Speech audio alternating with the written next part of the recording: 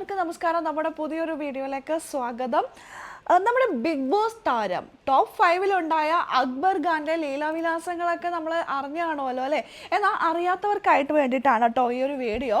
അക്ബർ ഖാന്റെ പുതിയ പുതിയ ലീലാവിലാസങ്ങൾ, അക്ബറിന്റെ മുഖമൂടി ഒരു സോഷ്യൽ മീഡിയ താരം ഇപ്പോൾ വലിച്ചു കീറി കൊണ്ടുവന്നിരിക്കുകയാണ് കേട്ടോ. തൻ്റെ സുഹൃത്തിനെ വളയ്ക്കാൻ നോക്കിയ അക്ബറിൻ്റെ മുഖംമൂടി ഇപ്പോൾ തുറന്നു കാണിച്ചുകൊണ്ട് ഒരു യുവതി രംഗത്ത് വന്നിട്ടുണ്ടായിരുന്നു. സംഭവം ഇന്നലെയാണ് സോഷ്യൽ മീഡിയയിലൊക്കെ അങ്ങോട്ട് മൊത്തത്തിൽ വന്നത്. ചില സാങ്കേതിക തിരക്ക് കാരണം എനിക്ക് ഇന്നലെ ആ ഒരു വീഡിയോ ഇടാൻ പറ്റിയില്ല. എന്തായാലും അറിഞ്ഞിട്ടുണ്ടാവും എന്ന് വിചാരിക്കുന്നു. കുറച്ച് പേരൊക്കെ അറിയാത്തവർക്ക് വേണ്ടിയിട്ട് ഞാൻ പറയാം. നമ്മുടെ ഡേറ്റിംഗ് ആപ്പ് ഉണ്ടല്ലോ ടിൻഡർ, അതിനകത്ത് ആളങ്ങോട്ട് ഒരു അക്കൗണ്ട് എടുത്തു. ഈ വിവാഹം കഴിഞ്ഞവർക്കും കമ്മിറ്റായവർക്കും എന്തിനാണ് ആ ഒരു ആപ്പിൽ സ്ഥാനം? എന്തെങ്കിലുമൊക്കെ ഒരു ഡിസ്കഷനോ മറ്റെന്തെങ്കിലും വേണ്ടിയിട്ടാണെങ്കിലും സോഷ്യൽ മീഡിയ മറ്റെന്തൊക്കെ ആപ്പുണ്ട്. അല്ലാതെ ടിൻഡർ എന്ന ഡേറ്റിംഗ് ആപ്പിൽ തന്നെയാണോ അക്ബറിന് ഡിസ്കഷനും കാര്യങ്ങളൊക്കെ സമയം കണ്ടുള്ളൂ? എന്തോ അക്ബറിന് അങ്ങോട്ട് താല്പര്യം ടിൻഡറിൽ അക്കൗണ്ട് എടുത്ത് അതിൽ കാണാൻ കൊള്ളാവുന്നവരെ ഒന്ന് ചാറ്റ് ചെയ്ത് അവരായിട്ടൊക്കെ സംസാരിച്ച് ഒരു ഡേറ്റിംഗ് ഒക്കെ നടത്താൻ വേണ്ടി നിങ്ങൾ ഒന്ന് ആലോചിച്ച് നോക്കൂ. ഒരു ഡേറ്റിംഗ് ആപ്പിൽ നമ്മൾ പോയിട്ട് ഒരു അക്കൗണ്ട് എടുക്കണമെങ്കിൽ നമുക്ക് ഡേറ്റിങ്ങിനോട് താല്പര്യമുള്ളത് കൊണ്ടല്ലേ. അങ്ങനെ അക്ബർ ഒരു അക്കൗണ്ട് എടുത്തു. ഇപ്പോൾ ഇതെല്ലാം തുറന്നു പറഞ്ഞുകൊണ്ട് വന്ന ആ യുവതിയുടെ സുഹൃത്തായിരുന്നു ആ പെൺകുട്ടി. ആ പെൺകുട്ടി അക്ബറിനെ കണ്ടപ്പോൾ അയ്യോ ഇനി അത് അക്ബർ തന്നെയാണോ, അക്ബർ ഫേമസ് ആണല്ലോ, അക്ബർ തന്നെയാണോ എന്നൊരു ഡൗട്ട് വന്നപ്പോൾ ഈസ് ദിസ് റിയൽ എന്ന് ചോദിച്ചുകൊണ്ട് ആകാംക്ഷപൂർവ്വം ആ പെൺകൊച്ചി ഒരു മെസ്സേജ് അയച്ചു. അപ്പോൾ തന്നെ അക്ബർ യെസ് അതേ ഞാൻ തന്നെ എന്ന് പറഞ്ഞോണ്ട് യെസ് എന്ന് പറഞ്ഞു അയച്ചു. എന്നിട്ടും വിശ്വസിക്കാൻ പറ്റിയില്ല കേട്ടോ. നിങ്ങൾ ഒറിജിനൽ തന്നെയാണെന്ന് ഞാൻ എങ്ങനെ വിശ്വസിക്കും? പ്രൊഫൈൽ പിക്കൊക്കെ അക്ബറിൻ്റെ ആണ്. ഇപ്പം അക്ബറിൻ്റെ പ്രൊഫൈൽ പിക്ക് ആർക്ക് വേണമെങ്കിലും ഇടാലോ. അത് വെച്ചിട്ട് അത് അക്ബർ തന്നെ ആവണമെന്നില്ല.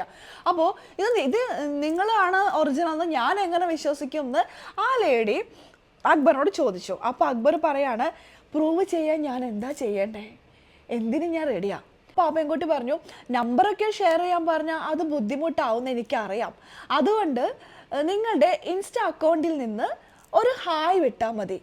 പക്ഷെ അക്ബറിന് എന്ത് ബുദ്ധിമുട്ട്? അക്ബർ പറയാ അതൊന്നും ഒരു പ്രശ്നമല്ല, റിക്വസ്റ്റ് അയക്കാൻ മാത്രമല്ല നമ്പറും കൂടി അങ്ങോട്ട് കൊടുത്തു.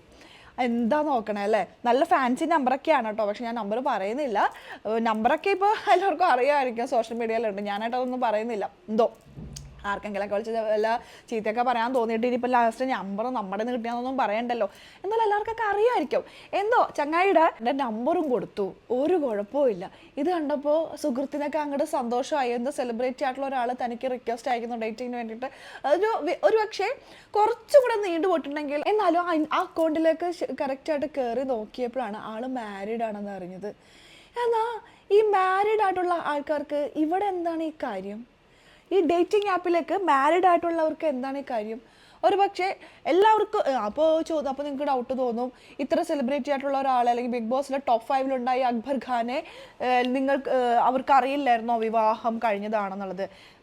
നമ്മൾ എല്ലാവരും ബിഗ് ബോസ് അഡിക്റ്റ് ആവണം എന്നില്ല. ഇങ്ങനെ കണ്ടിട്ടുണ്ടാവും ടോപ്പ് 5-ലുള്ള ഒരാളാണെന്നൊക്കെ, ഇപ്പോൾ ഫാമിലി റൗണ്ടോ അല്ലെങ്കിൽ ബാക്കിയുള്ള ഡീപ്പായിട്ടൊന്നും അറിഞ്ഞിട്ടുണ്ടാവണം എന്നില്ല.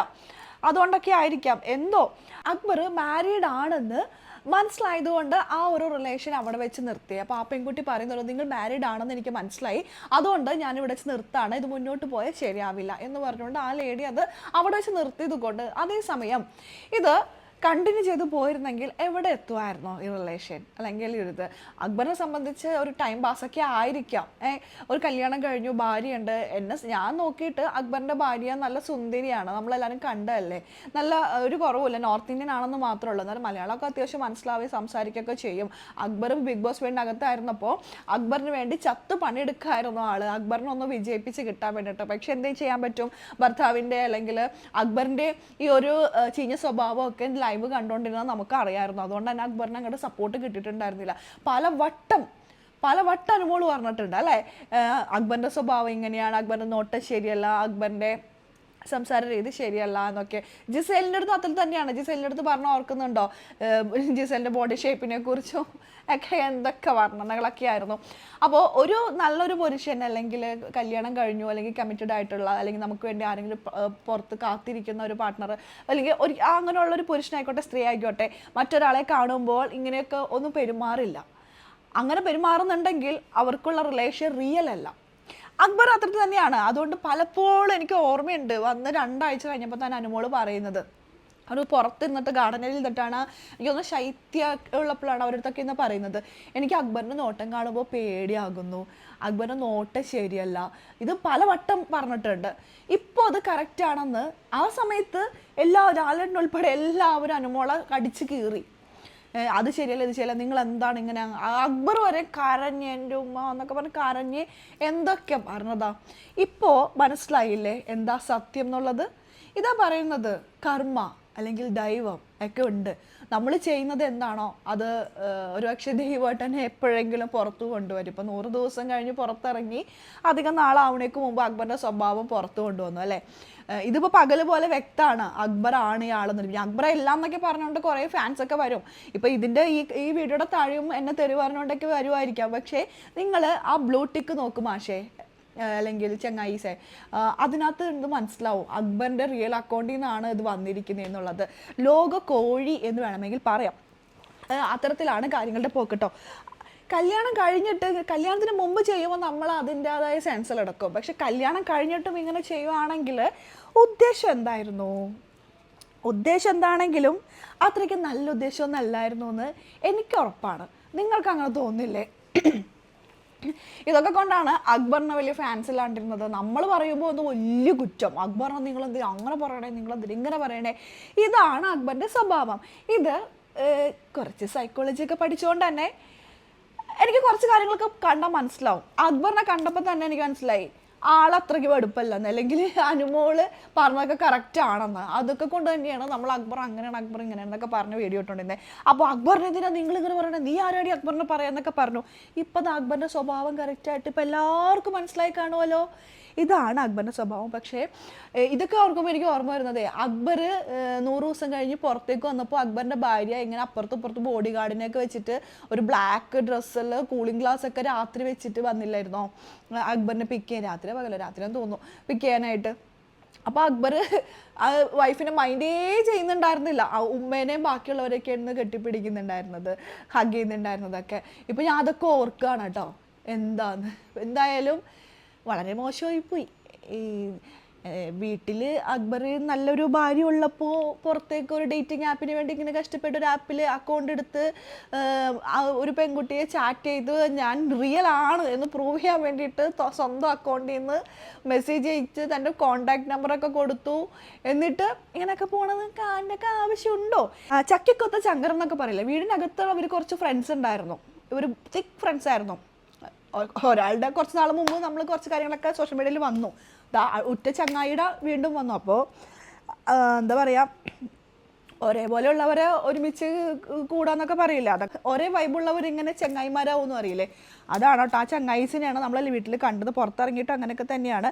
അക്ബർ മാരീഡ് അല്ലായിരുന്നുവെങ്കിൽ ഈ ഒരു സംഭവം വേറൊരു രീതിയിലേക്ക് പോയാനായിരുന്നു. അല്ലെങ്കിൽ ആ പെൺകുട്ടി അറിഞ്ഞില്ലായിരുന്നുവെങ്കിൽ ഇത് വേറൊരു രീതിയിലേക്ക് പോകുമായിരുന്നു എന്നാണ് എനിക്കൊരു തോന്നല്. നിങ്ങളുടെ അഭിപ്രായം എന്താ? നിങ്ങൾക്ക് അങ്ങനെ തോന്നുന്നില്ലേ?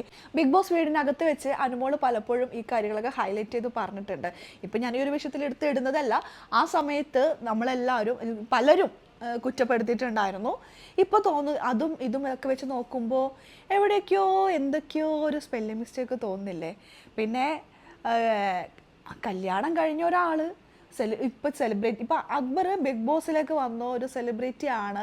തീർച്ചയായിട്ടും നമ്മൾ ഇതൊക്കെ നോക്കും, ഇതൊക്കെ അറിയും. ഇതൊക്കെ സോഷ്യൽ മീഡിയയിൽ നിങ്ങളൊക്കെയാണ് നമുക്ക് വന്നിട്ട് നല്ല നല്ല മെസ്സേജുകൾ തരേണ്ടത്. ആ നിങ്ങളൊക്കെ കല്യാണം കഴിഞ്ഞിട്ടും എങ്ങനെ അവിഹിതം തുടരാം, അല്ലെങ്കിൽ അവിഹിതം ഒന്ന് കണക്ട് ചെയ്യാം, കണക്ഷൻസ് എവിടെ നിന്നൊക്കെ ഉണ്ടാക്കാം എന്നുള്ളതൊക്കെയാണ് കേട്ടോ നമുക്ക് തരുന്ന മെസ്സേജ്. ആ മെസ്സേജ് എന്തായാലും നമ്മൾ കണ്ടിട്ടുണ്ട്. മെസ്സേജ് എന്തായാലും ബിഗ് ബോസിലെ ഓരോ കണ്ടസ്റ്റൻസ് ഉണ്ടല്ലോ, കിഡിലെ കണ്ടസ്റ്റൻസ്. ഒരാൾ ഇപ്പോൾ റിമാൻഡിലാണ്, ബ്ലസ്ലി, അറിഞ്ഞു കാണുമല്ലോ അല്ലേ? ബ്ലസ്ലിയുടെ തട്ടിപ്പ് 1.5 കോടിയോളം തട്ടിപ്പ് നടത്തിയിട്ടുണ്ട്. ബ്ലസ്ലി തന്നെ ഒരു 6 ലക്ഷത്തോളം തട്ടിപ്പ് നടത്തിയിട്ടുണ്ട്. ആ ഒരു സംഭവത്തിൻ്റെ വീഡിയോ ഞാൻ ചെയ്ത് വെച്ചിട്ടുണ്ട്, ഇട്ടിട്ടില്ല, അത് അടുത്ത് ഇടാം. എന്നാലും നമുക്കിനി അടുത്ത വീഡിയോ ആയിട്ട് കാണാം. അതുവരേക്കും എല്ലാവർക്കും